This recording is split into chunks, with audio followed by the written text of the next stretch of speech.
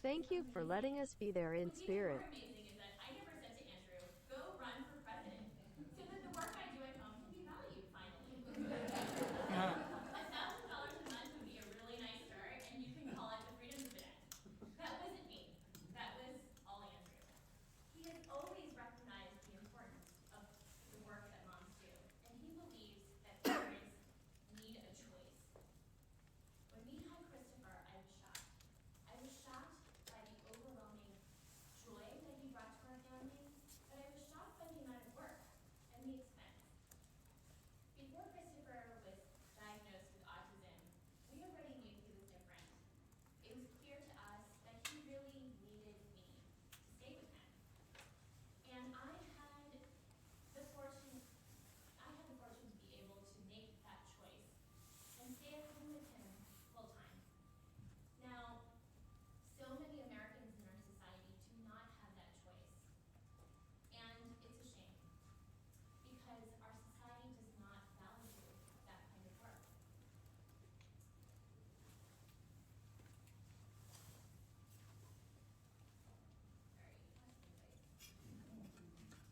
Sorry, so what I want to say here today is that I believe we've earned that choice. And I think that what we need as women and caregivers is access to quality childcare when we want it, but also a mechanism that recognizes the work we are already doing every day in our homes. In many cases, moms are making great sacrifices to be at home taking care of our families. Sometimes it's not just children. Sometimes it's aging elderly parents. So caretaking doesn't just apply to children.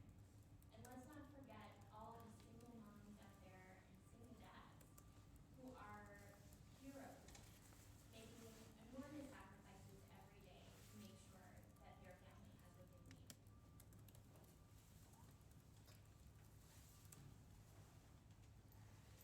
It is absolutely critical that we, the mothers and caregivers in our society, have a voice and a choice.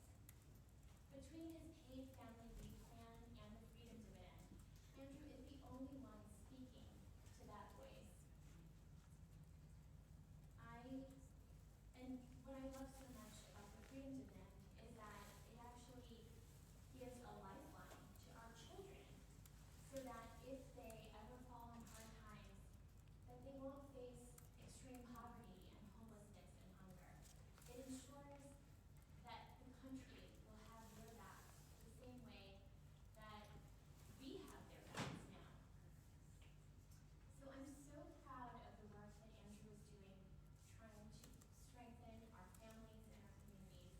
And I'm so honored to introduce to you today the next President of the United States, my husband, Andrew.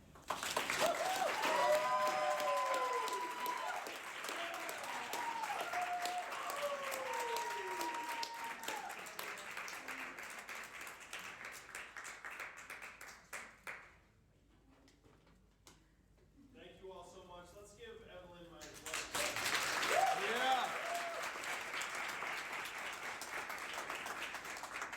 Occasionally people thank me for running for president, and I say, thank my wife, because one, she allowed me to run. And number two, she was the one who was sacrificing the most by taking care of our kids while I was on the road 3, 4, 5 days a week. I would not be running for president if not for Evelyn and the boys in the most fundamental of ways. Most of you know that Christopher has special needs. He was our older son, and when he was born, we were first-time parents, and so we weren't sure whether what he was experiencing was normal. Because you all remember, first time with kids, you're like, maybe 2-year-olds react like that, maybe 3-year-olds react like that. But there was this real sense of stress and anxiety, and Evelyn championed Christopher at every turn. She was like Batman, is what the joke was like, where she was like a freaking super detective, dig into it. And then eventually she brought him to see a doctor who evaluated him and determined that he was autistic. We found out when he was about to turn 4, and it was a massive relief for the family, massive relief for me. I know parents react differently when they find out that their kids are autistic, for me it was actually this giant weight lifted because I felt like we understood. But it also made me so profoundly grateful to Evelyn, because if you left it to me, like I wasn't playing Batman, you know what I mean? Like I don't know if this is a dad thing, but I was like, yeah, he's fine. And everything will be like, da-da-da. So some of the moms are laughing, because maybe they've heard that. So then when we got this diagnosis, I was like, oh my gosh, that like explains so much. And now we know, and then we can start trying to put resources in place to help Christopher develop. But that time, those 3.5 years were so stressful, and I saw how that period of time could tear a family apart. It's one reason why I'm championing free marriage counseling, because if a couple wants to stay together, we should help them do so. And that there are very, very tough times when you look at someone and you feel like that your love is being tested, and then if you can get through that period, then you can look back on them together hand in hand and say, wow, that was a very tough period. But many families aren't able to get through that time. We need to make sure that new moms can spend time with their kids. And I said in the last debate, there are only 2 countries in the world that don't have, this is a true story, oh my gosh. So I've been running for president now for about 2 years. And so there was a period about a year ago when I tried to figure out which countries did not have mandatory leave for new moms. And there were 5 countries on that list. It was Liberia, Lesotho, Swaziland, Papua New Guinea, and the United States of America. That was the list. Now here's the kicker. Lesotho, Swaziland, and Liberia actually passed it in the last year. And so now the list is just us and Papua New Guinea. And so literally the list changed while I've been running for president to leave America alone with Papua New Guinea. And so that's how ridiculous we are. That's how brainwashed we are into thinking that somehow we're all subject to this capital efficiency machine, and that it's somehow quote unquote bad for business if moms can spend time with their kids.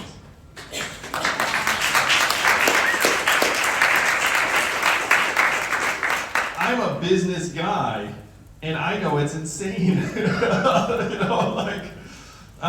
What the practical impact of not having paid family leave for new moms is that you push moms out of the workforce, which is terrible for any organization. Like you have a woman that's key to the organization, and then she feels like she has to choose between family and work, and then she chooses family, and then you lose her. Like that's a disaster for business. It's a disaster for business if you have kids who are growing up and not getting every possible resource that they can so that they can grow and mature into strong adults. That's very bad for business. So, as a parent and a human being, it's obvious, and we all know, like we should have had paid family leave decades ago. So I'm saying 6 months for new parents that you can then divvy up between the parents. I'm also saying we should have $1,000 a month for every adult, which would take the weight off many, many parents. And I'm saying we should have childcare and pre-K starting at age 3. If you decide that you want to either drop the kid off or put them into the school system. And studies have shown that the sooner you get the child into some kind of nurturing environment in that way, if it's home, great. But if you want to return to the workforce, or you're already in the workforce and you want to drop the kid off someplace, we should be paying for that.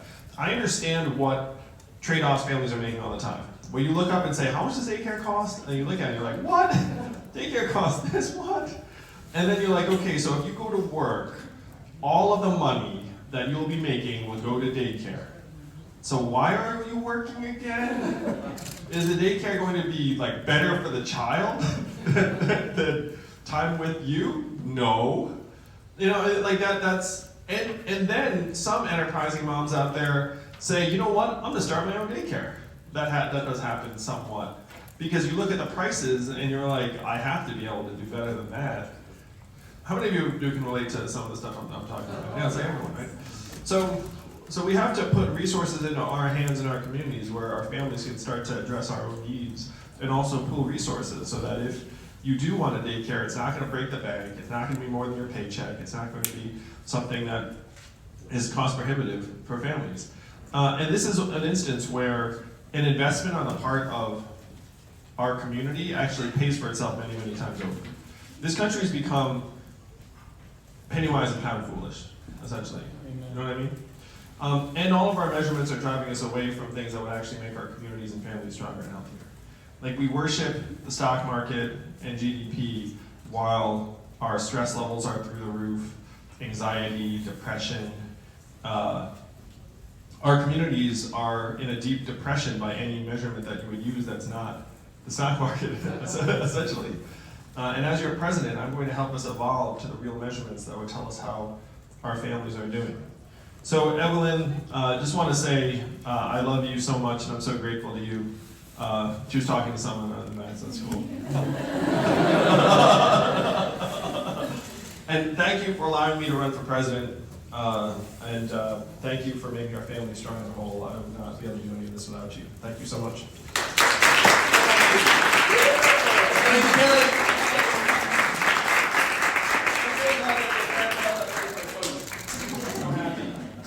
Yes. So we'd love to take some questions from you, each and all. And I don't even think you need the mic, but I'm going to give it to you anyway. Here you go. Thanks. My name is Jim Young, and I'm a physician, and I am a big fan of single payer and Medicare for all. My question is this: how do we convince Americans that this system is better than their private insurance, and in the long run is going to be better for all of us? What kind of physician are you? Family physician. Wow. Hats off to you. You must have made a lot of people.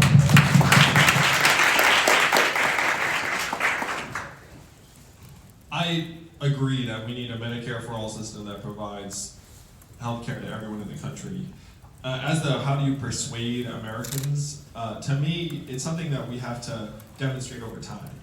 I don't think you can legislate away all of the private insurers without causing millions of Americans to be very, very angry and upset. Particularly because at least some groups of workers and unions actually negotiated away wages for robust healthcare plans, and if you say, hey, now I've got this public plan, they'll say, well, where were you 10 years ago when we were negotiating this contract? So we need to put coverage in place and then sweep the private insurers out of the market over time. But you don't legislate that. What you do is you demonstrate it through saying, look, this is actually more efficient, more affordable, lower stress, and higher quality. I'm confident we can do that because just like you, I've looked at the inside of the healthcare system, and I've seen just how much money is getting spent on things that have nothing to do with our health. It's the same thing I said about how our economy is not designed for us. Our healthcare system's not really designed for us either at this point. It's designed to make the drug companies, the device companies, and the private insurers maximal profit and revenue. So the big confusion in politics right now is how do you pay for healthcare? What you know, what Americans know, is we're already paying through the nose for healthcare on so many levels, and that if you rationalize the costs and start directing the resources towards us, we can reform the system in a way that makes us stronger and healthier very, very quickly. But we have to do that and then show that it's working. And as someone who's run a company, I spent a lot of time on health insurance, even though health insurance had nothing to do with my business. You know, it's like you have plans, you go to your employees, you say, hey, here are the premiums, here's what we'll pay for, you pay for this.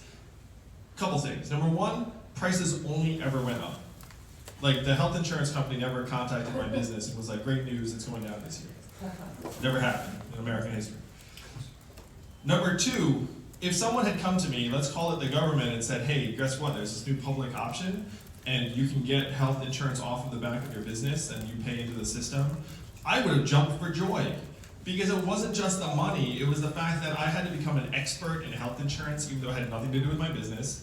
I had to have difficult conversations with my employees about their health insurance, which, like, also I wanted to be none of my business. And so, even if the economics were exactly the same, I would have been thrilled with some sort of public option. So if we provide the public option and provide employers that kind of choice, then the employers are going to do our work for us. Because the employers are going to look up and say, hey, guess what? There's this public plan. It's going to be great for you. And that's how we convince the American people over time.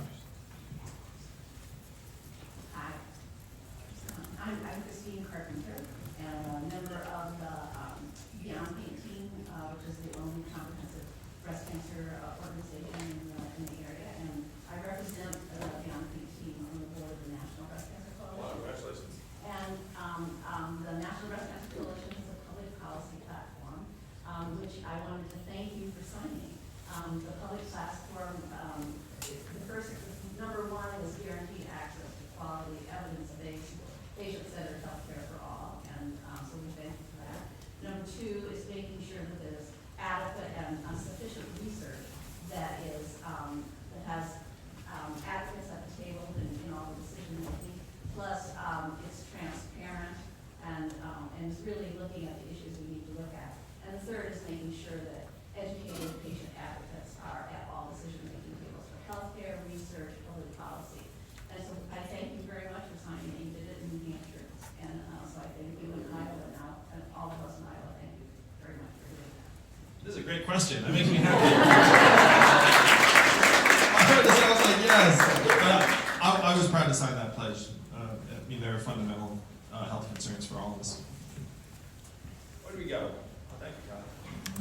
Not sure that I really have a question, but I drove from Minneapolis to here today. My mother is a paralyzed with credit, and I do not help her. The doctors, nobody listens.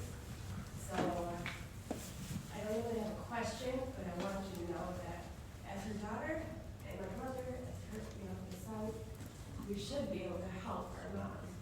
And the only thing I can do is pay for her rent, pay for her food, and just, she's not functioning well.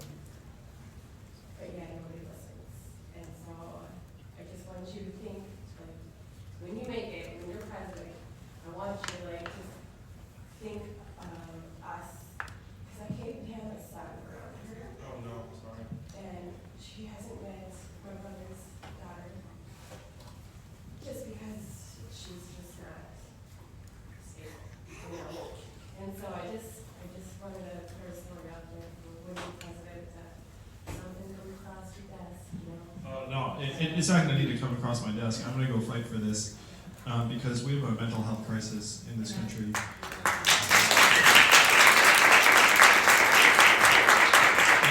And your story is not unique to you. My brother's a clinical psychology professor, to give you a sense as to how deeply I believe in the fact that we need to destigmatize these conditions at every level. So I'll have a psychologist in the White House. I thought that was a good idea before the current administration.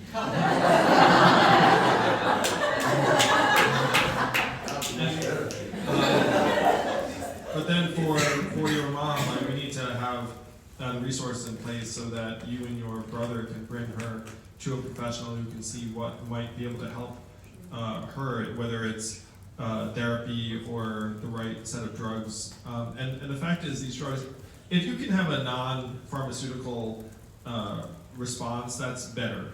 But it sounds like your mother's someone who would probably be a candidate for some of the anti-schizophrenia drugs.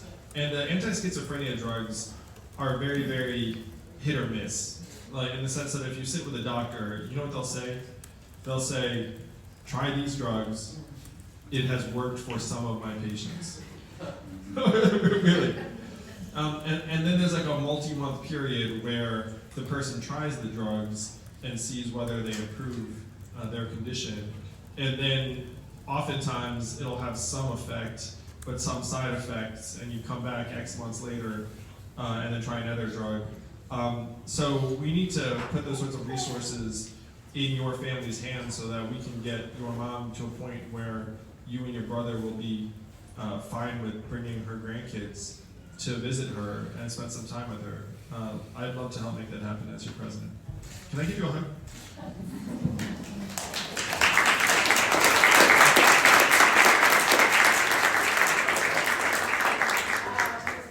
Wow, thank you. We'll come back to you. Okay. No comments.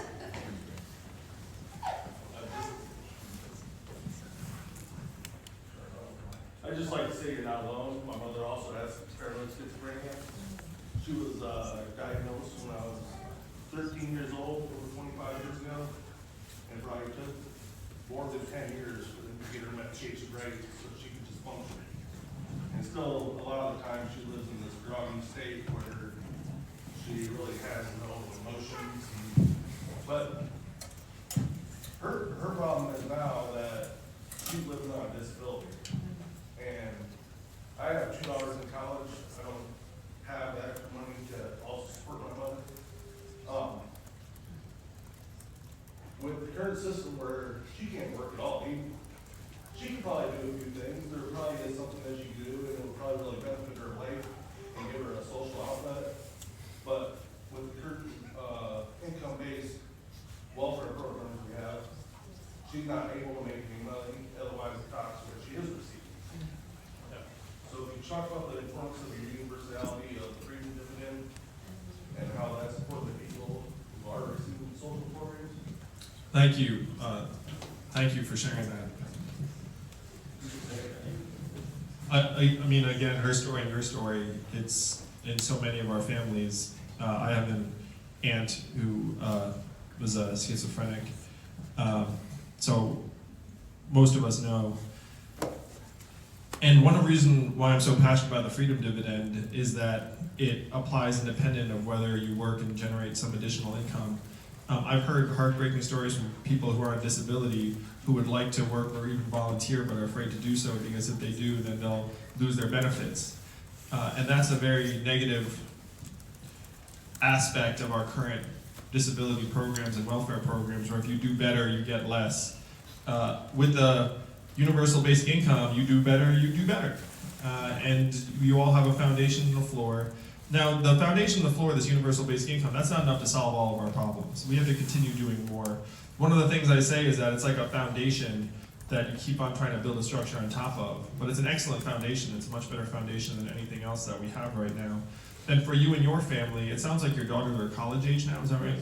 So if you can imagine you getting $1,000 a month and each of your daughters getting $1,000 a month, then that would probably help with their school loans and some of the financial pressures you feel day to day. And then if you wanted to try and help your mom, you might have a better able to do so even independently. One of the things I love about this foundation is it gives us all economic resources to be able to enact our own values, whether that's taking care of ourselves, our family members, doing something positive in the community. But I agree with you that our current programs are very, very poorly designed, where I've met thousands of Americans who essentially just live in fear of losing their income, and then their behavior is guided by that. And that should not be what government is for. Government should not be for scaring our citizens into saying like, hey, if you do this, all of a sudden your lifeline is going to get cut. This country should work for us. We are the owners and shareholders of this country. We can rewrite the rules so that it benefits us and our families. One thing I'll say to you in Iowa, this is a magical place because each of you is worth like 1,000 Californians in terms of voting power. So you look around this room, this is like a football stadium of Californians. That's why really, it's like you come to Iowa, it doesn't matter how many people there are there. It's like, as long as you're Iowan. This is a reality of our system. So what I say to folks in Iowa is if it's not working for you, it's not working. And you have the power to change it. We have to make it work for you all. You had a follow-up, sir? I just like to say, like you say all the time, that the freedom dividend would be a huge game changer for my entire family. Thank you so much for sharing your story, by the way. And I agree, we absolutely have a mental health crisis in our country. But it's also an economic resource issue. And I love the freedom dividend so much. It is literally the reason why I let Andrew run for president. It is like, when he told me about it, I seriously was like, how we are such a rich country, how is this not a thing yet? And I said, okay, go out there, spread the message, but everyone will jump on this bandwagon before long, and then you can come home. What she said was, Andrew, every candidate is going to be championing universal basic income, and then your job is done, you can come home. And is it not crazy that they all haven't picked up universal basic income as, part of their policies. It's crazy to me. But what I love about the Freedom Dividend is that it supercharges families, communities. And it's not just you as an individual getting $1,000 a month, it's your husband or wife or sibling. And then you as a family are in a better position to help your mother or your dad, anyone in your family that needs help. All of a sudden, we collectively, as a family, as a community, are better and enabled to help them, to lend them some money, to bring them to services, have access to services that aren't covered by insurance. So this is, I'm so passionate about it, and I'm so glad to be able to be standing here. I wasn't expecting to be standing up here with you, so I hope you don't mind me.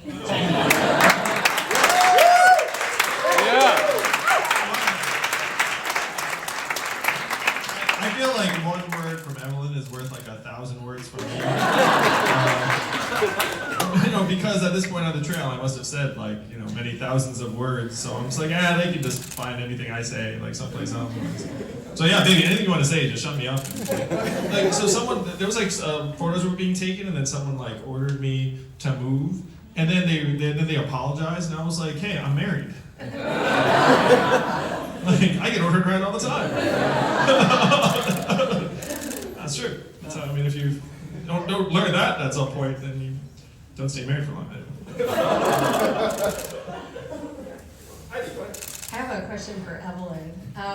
So my son is almost 16 now, but when he was born, I was in the military, and I was far from home or anyone I knew. It was just me and my ex-husband.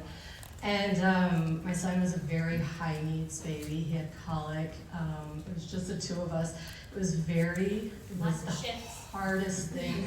The hardest thing of my life was having a newborn and no one around. And my son doesn't have special needs.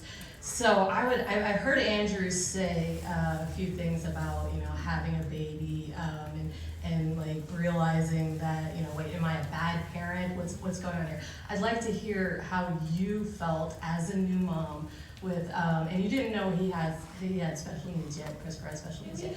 But I suspected he had something. Yeah. Evelyn picked up on the fact that Yeah. way before I did. But all kids cry. yeah.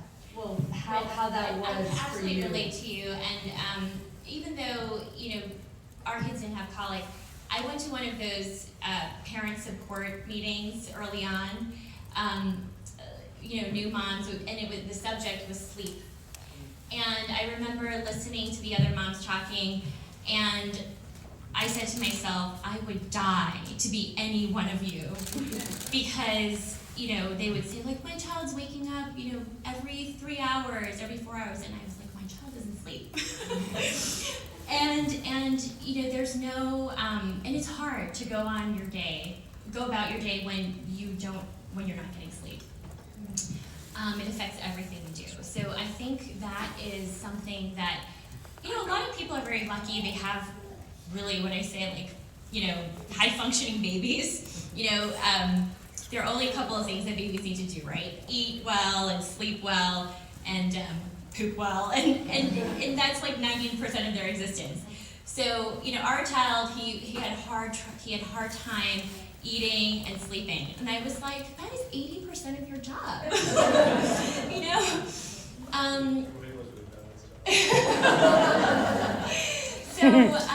So I hear you. That's a really tough time, and people don't tell you these things. When you're at the hospital, they send you home, there's no manual, and you're expected to kind of just wing it. And I think one of the things that I love so much about Andrew's platform is the paid family leave policy. It's so critical that we have that time and the money to be able to focus on our family early on and get the support from our family and other community.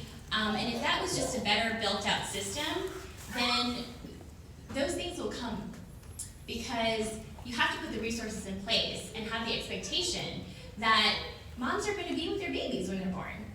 And then those support groups will build around them. Because right now, there's no expectation that women will have the opportunity to be with their kids. you know, the expectation is that you have the baby and you're at work the next day, which is, I mean, Evelyn had it very, very tough because Christopher seemed upset to be awake or anything like at any time. Like when we had our second son and he woke up and he didn't scream his head off, I was like, wow.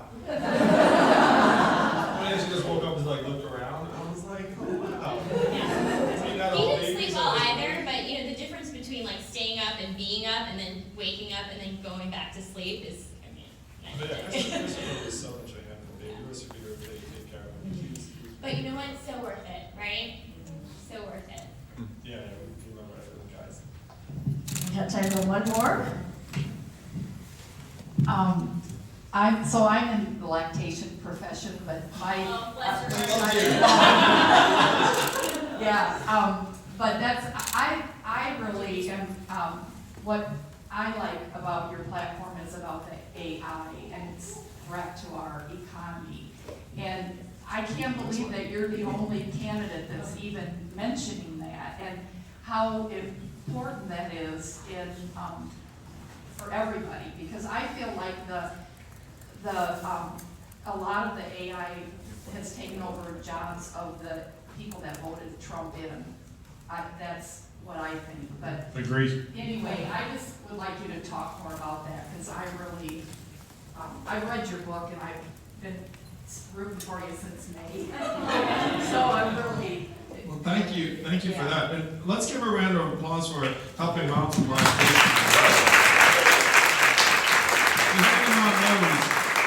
Any mom knows that is such a stressor, and that if the Most people don't tell you. yeah, and if the kid doesn't feed and you have trouble with that, then like you know, nothing else matters. And for the mom, like I'm told that moms feel like you know, very deficient because you're like, hey, like shouldn't I be able to do this thing that seems so core and human? But many people struggle. Yeah, like anyway, so thank you for that. On the artificial intelligence front, I too am shocked that this is not front and center in American life. And sometimes I think about a reality where I did not run for president. Do you think anyone would be talking about this if like you guys at the debate stage next week? Like, you know, none of them would be talking about the fundamental economic issues that got Donald Trump into office and are now going to take off. If you're generous, you could say it's because they don't understand those issues. Because if you have been in a bubble, let's call it Washington, D.C., for a couple of decades, and frankly, we're born in an era where technology was not developing as quickly as it is now. Maybe you've never even read your own emails. Maybe people read them to you. Like, you know, so then it's not as natural for you to be concerned about it. I would put this at the feet of our politicians, to be sure. I would put this at the feet of our media organizations and news organizations that are not covering the nature of our economic transformation in a real way. Where if you turn on cable news, why do they say Donald Trump won? Russia, racism, Facebook, emails, FBI. You know, like they don't talk about the fact that we blasted away these 4 million manufacturing jobs, 40,000 right here in Iowa. That's one reason in my mind Trump won the state by 8 points. Is that when you get rid of the jobs, then people start becoming angrier. They don't talk about the fact that if AI does get to a point where it's driving our trucks and cars for us, then that will reduce the most common job in 29 states. That there are 3.5 million truck drivers in the United States. 94% men, average age 49. One thing that most people do not understand is that AI and this technological revolution are about to impact women more than men. Because what happened was it started out in manufacturing, which is a 2/3 male field. And I just talked about trucking, which is 94% male. So you think it's getting rid of jobs for many high school educated men, which it has been. But it's about to start ripping through administrative and office environments to a very high degree, and 60% of those workers are women. It's about to close 30% of America's stores and malls, and while retail jobs are not, well, it's the most common job in the country, and 60% of retail workers are women. So this is not an us-them, this is not a man-woman thing, this is an everyone thing. And I've now been running for president for a couple of years. I'm convinced that DC would never have actually risen to this challenge because it's not in their interest to do so. There's no one in DC who gets paid more based upon highlighting artificial intelligence's threat to our economy and way of life. There are actually people who get paid more if we don't talk about it. Honestly. One of the things I've said is that at this point, the feedback mechanism between DC and us is broken. They succeed whether we succeed or fail. That is the brutal truth. That is one reason why Donald Trump won, that people are waking up to that reality. We have to change that, and we have to change that as quickly as possible before the AI leaves the lab and starts tearing apart jobs in earnest. I'm friendly with some of the most advanced technologists in our country. The more you know, the more they know, the more concerned they are. I have never had this conversation. I've been in the lab, I've been to the cutting edge, I know what we're developing, and everything's gonna be fine. That's never the end of that thought. So we have to come together and say, this is not a red-blue problem, this is a human problem, and we need human solutions. And those human solutions are gonna come right here in Iowa. We have time for two more. Okay. Andrew, thanks for being here with us today. My question, as a financial advisor, is how are we going to pay for this? That's a great question. I am the math guy, you know.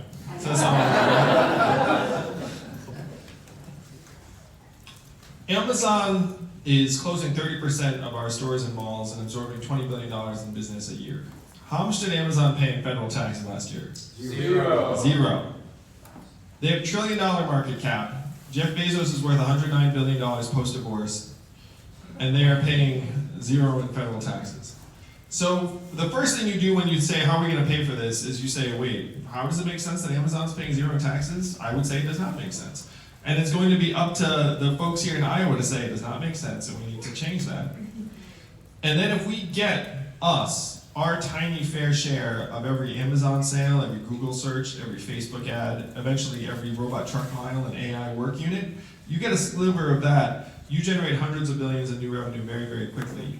And because you're a financial advisor, you're probably familiar with this value-added tax that other countries have adopted to make sure that the Amazons of the world don't pay zero in taxes. So you look around, Sweden, Denmark, France, Germany, all have this because they figured out it's an escape-proof mechanism to get us those resources. So then you get that mechanism in place, we can put $1,000 in our hands very quickly because, and you know this as a financial advisor too, you put $1,000 in the hands of everyone in the community, the money's just gonna go right back into the community, build a trickle-up economy, create more economic activity, more jobs, more businesses. We actually get back a chunk of that value. Then we get back another chunk because we're gonna spend less on things like incarceration and homelessness services and emergency room healthcare that we spend $1 trillion on. And then the last part that's really joyous, one study said that if you were to alleviate gross poverty in this country, we would increase our GDP by $700 billion a year just on the basis of better health and education outcomes. Think about that. None of this takes into account the fact that you'd have increased levels of enterprise and creativity and risk-taking because people would feel like if they went out there and took a risk. I was with a literal rock star, and he said that you'd have another Beatles every year in a society where you had a freedom dividend because there'd be many more people trying to be creative. And so you can imagine outsized business success coming that you can't project yet, and none of that's baked into the numbers. So anyway, that's how you pay for it. The first thing is you get our fair share from the Amazons of the world so that we can all participate in the gains of the 21st century economy. Amen. Move to the center. Oh, this is the center? Yeah, Evelyn, you guys move to the center. Oh, we're making the camera people's jobs.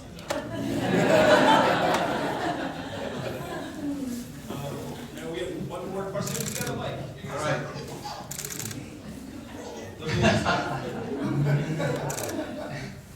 All right, so we've spoken spoken about healthcare a little bit, and it's quite serendipitous that you use the word the Amazons of the world, because so I'm a veteran, active duty veteran. I've been out for 5 years already, and the first 2 years were the most rough I've ever experienced in my life. And you're talking about some of the antipsychotic and schizophrenic drugs, and the VA's solution, in their wise wisdom, was to put me on 2 different antidepressants and an antipsychotic at the same time. Now, instead of it actually getting better and me understanding the root of the anger and the reactivity, and it just made me numb to everything. It didn't allow me to be angry, but it didn't allow me to be happy.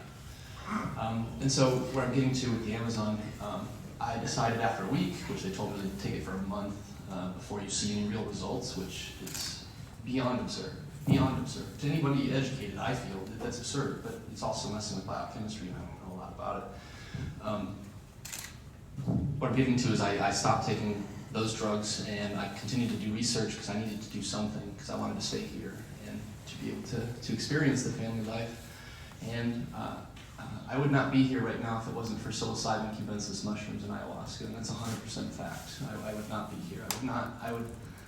I didn't cry for over 4 years straight before I took psilocybin mushrooms for the first time, and I cried for 4 hours straight. And while this gentleman was sharing his story, I couldn't help but choke up, because I understand, I feel that pain. And so my question is, in indigenous cultures, they have shamans, and it seems like a natural proclivity towards the human experience to have these people. And the closest that we have is psychiatrists, but they're too mechanical. And when the warriors or people that experience severe trauma get back to the tribes, they would spend at least 6 months with these shamans, reintegrating them into society and teaching them how to be humans again. And so how do we get these clinical studies to, obviously they're going at their own pace, they're doing the due diligence, but it's been around for so long, there's been so many people, like the Beals, that we know, that we know it has impacted them in tremendous ways. First, thank you for sharing, thank you for your service. I give you a hug, or shake your hand.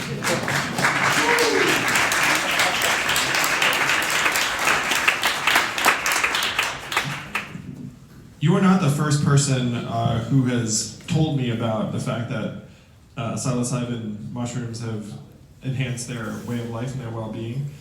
Yesterday I heard very passionately from someone who argued that CBD oil, another military veteran, said that it saved his life. I'm for the total legalization of marijuana and cannabis. It shouldn't be on the federally controlled substance list. And I'm very open to legalizing psilocybin mushrooms as well. The fact is, right now, what's the most lethal drug in America? Opiates. Like, it's all these prescription opiates that are killing 8 Americans an hour. And that was quote unquote legal because Purdue Pharma profited to the tune of $30 billion on the backs of our communities and our families. And we fined them $635 million, which sounds like a lot until you realize it's only 2% of $30 billion. And that family is one of the richest families in the country today. So in the context of that, and you look at drugs like marijuana and mushrooms, and you say, wait a minute, what? like these drugs are not anywhere near as lethal. They're not as crucially addictive. So why are we criminalizing one thing and profiteering and essentially destroying lives on the other? The reason why I smiled was I love the fact that Native populations had to spend 6 months with a shaman, and it did make me reflect, like, who is the shaman in American life today? Like, in American life today, you describe psychiatrists as being overly mechanical, and I couldn't agree more. Like, I think that our medical industrial complex is too mechanical. I think, unfortunately, how many of y'all are educators? I think our educational system is becoming unduly mechanical. I would lighten up on the SATs and the standardized tests and the rest of it. We devised the SAT during World War II as a way to identify which kids not to send to the front lines. And then now we just decide to bludgeon our kids with it every year, like every year is wartime. So we need to try and humanize our economy to the extent possible and humanize solutions that work for people when they come home. If you were to show up to the VA and they had this whole range of things, instead of saying, hey, take these 2 antidepressants and an antipsychotic and then wait for months for it to numb you. Or, I would love it if they said, hey, how about that? Or we could send you to the 6-month reverse boot camp with our modern day equivalent of a shaman who's been in service and came back, and now he makes a living helping make veterans stronger. And guess what? You can take mushrooms as part of that 6-month reverse boot camp. Like, that would be the kind of thing I would love to sponsor at the VA as a pilot. I have a feeling it'd be the most popular pilot. And the efficacy rate would be higher. And then you just be like, hey, it's data driven. Turns out the modern day shaman is more effective than the antipsychotics. And then the drug companies would be like, but wait a minute, we get paid less. And I'd be like, that is the point, get lost. So thank you for sharing and thank you for your service. And I believe this is your family. And, is this right? Yes. Yeah, it's a beautiful family. Congratulations. You should be able to experience it every day. Thank you. I think we have some time to take selfies and meet with people individually. I just want to thank you all for being here today. Thank you for the incredible questions. This was a much more enjoyable event than many of the other ones, much more human. So thank you. Thank you for driving 4 hours to be here. Let me get another round of applause for my wife, Evelyn. Thanks,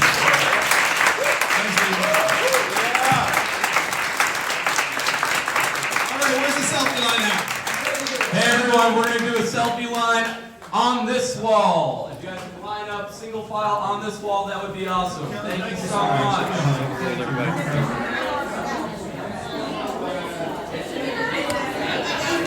Big coat man is overruled with. What? Do you want to break out with interviews? Dude, I don't feel good. Hungry, tired, and pissed off. Why are you pissed off? Or thirsty. Because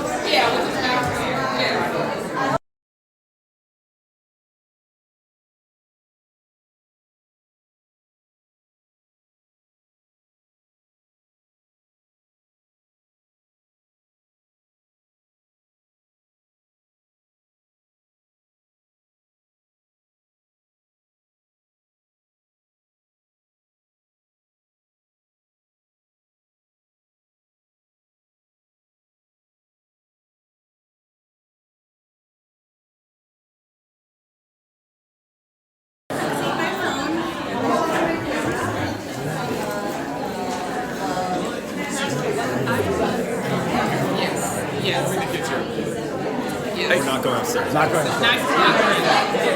Okay, bye. All right. Oh my gosh, that's something like we're expected to do it on and so it was me and my ex-husband, and we're 19 years old in the military. We didn't know nobody. Days where I didn't want to even get out of bed, having to. So He's now 16. Unbelievable. Congratulations. Yeah, You want to do a selfie? I want to take a selfie with him. I'll do it. I gotta take my own selfie. But and also something, and I'll work for you guys. Oh, do you? Awesome. It's something that I think really, really important. Oh, okay. And I said this when I did an article about the drive I go from is so I'm not too far. My son is going to be 18, so I worry about him going out into the world. Like, most families have resources to still help their kid out. So I'm very excited that, Vander's elected, and my son, he'll turn 18. He'll have his start in life. I'm sorry, Andrew, I'm stealing your wife. Okay. She actually didn't have to do I this. did. What's that? We're catching us like what it is. Awesome.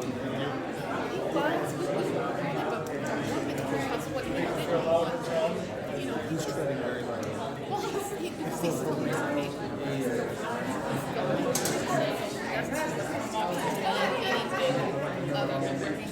Or pretend he knows.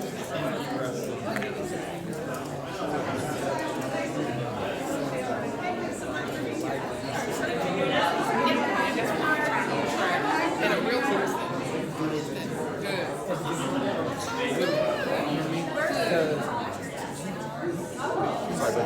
sorry. How you doing? Good, how are you?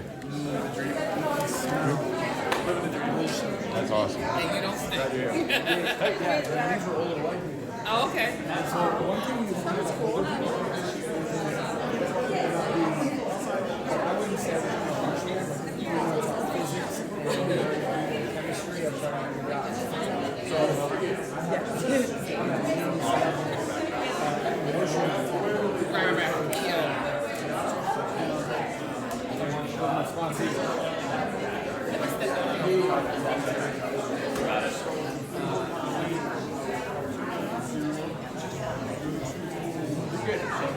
whatever you guys want to do. Oh, yeah, you got it.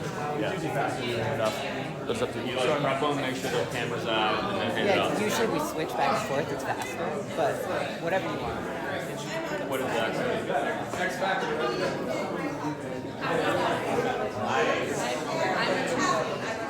This is Caroline. Caroline.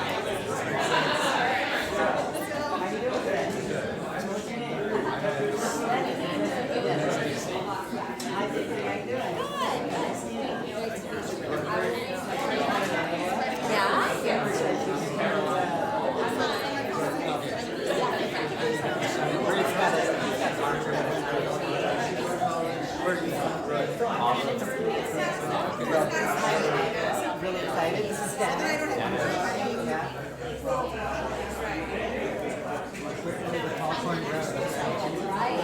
Here's my camera. Thank you.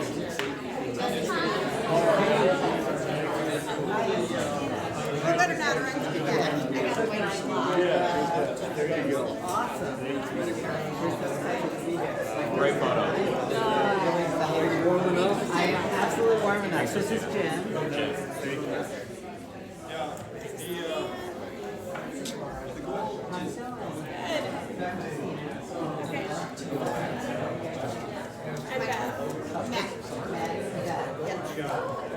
He's so much support. It depends on what.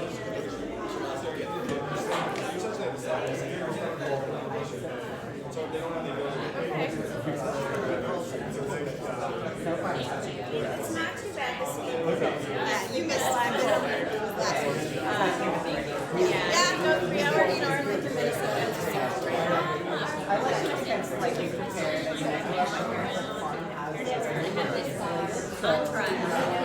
Kids like that when we call it, yeah. Northern like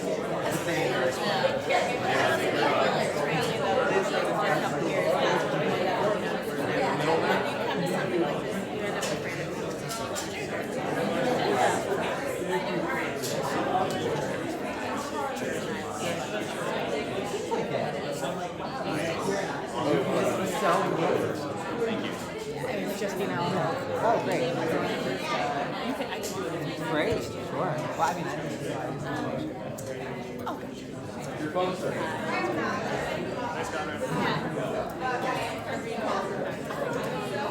You guys are up.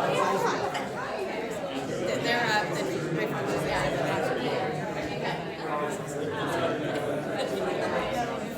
which way does it go?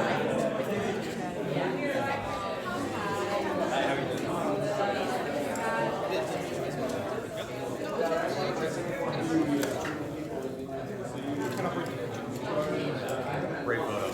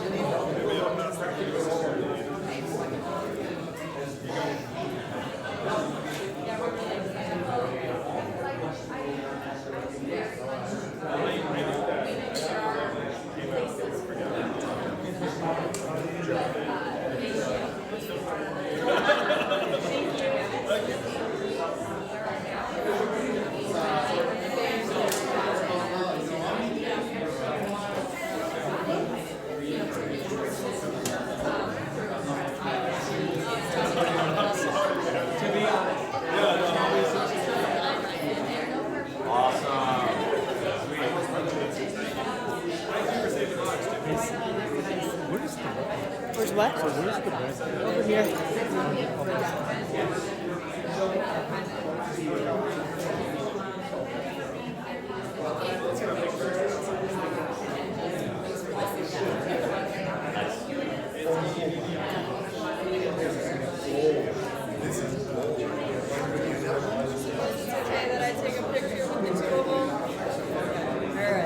But now, hiding out. Right after.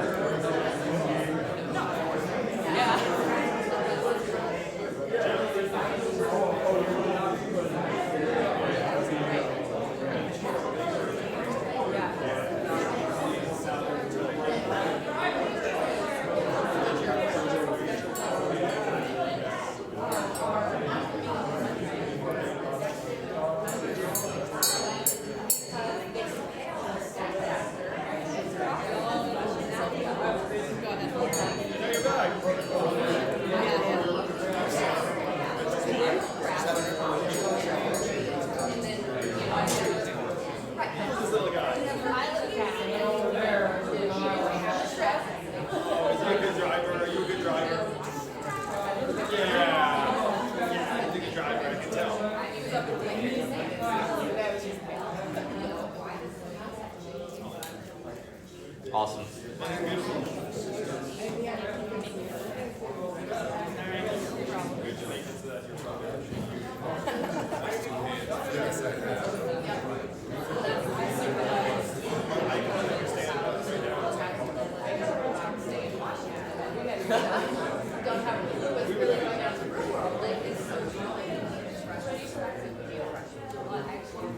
Maybe a party here in Iowa. You go, maybe not.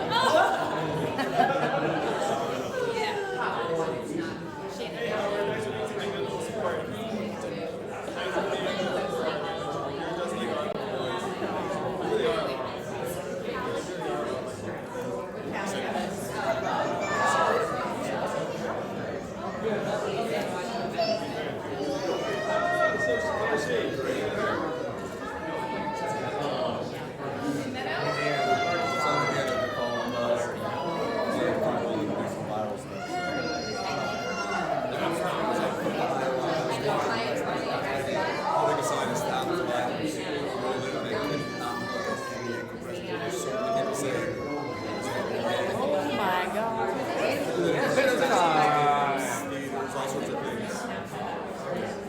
That's the cutest thing. Thank you. There you are. Let's go back next.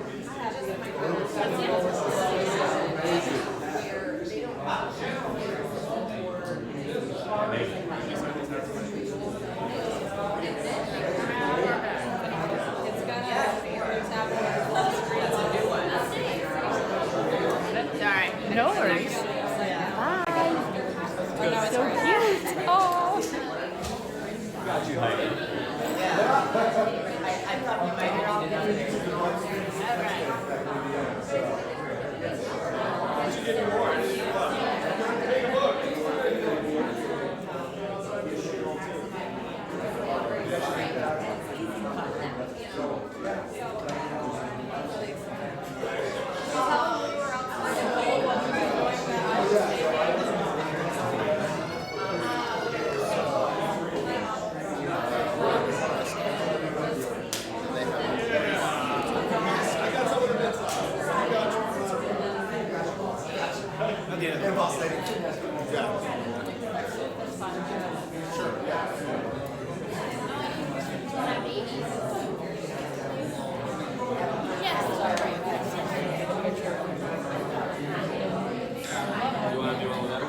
I took a selfie with them. Yeah, yeah. See if we can make it happen right I'm now. not important. Everybody else is.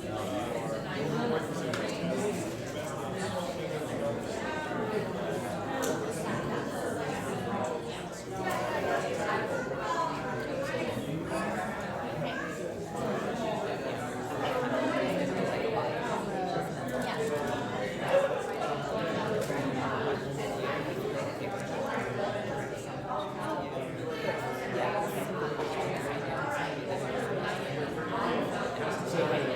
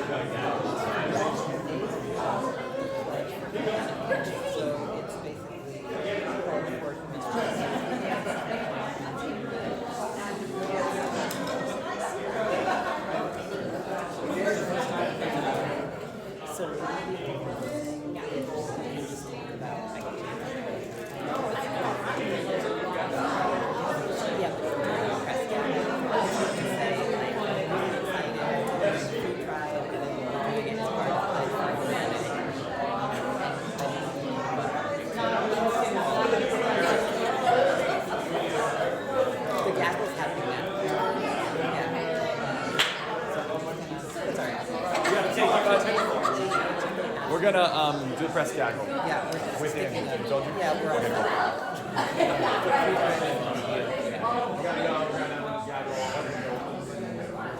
Okay, Okay. It'll be quick.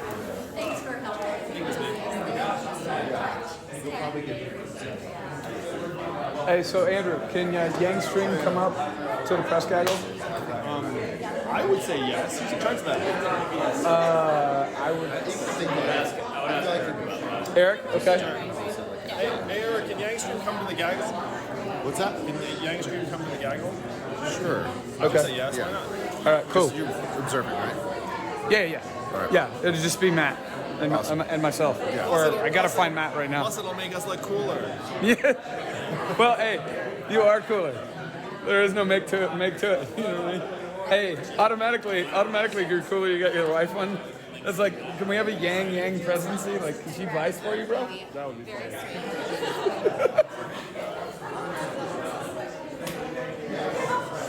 Thank you so much. So nice to meet you.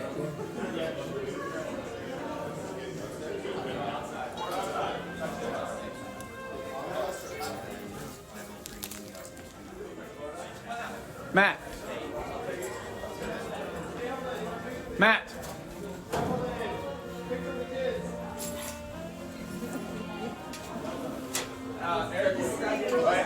Hey, so I'm on a private phone call. all right.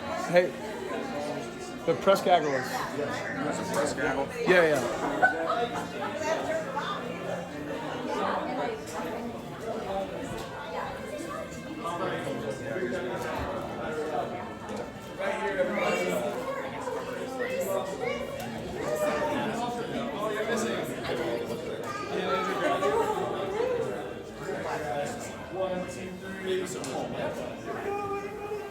Oh, wow, we nailed this almost. All right.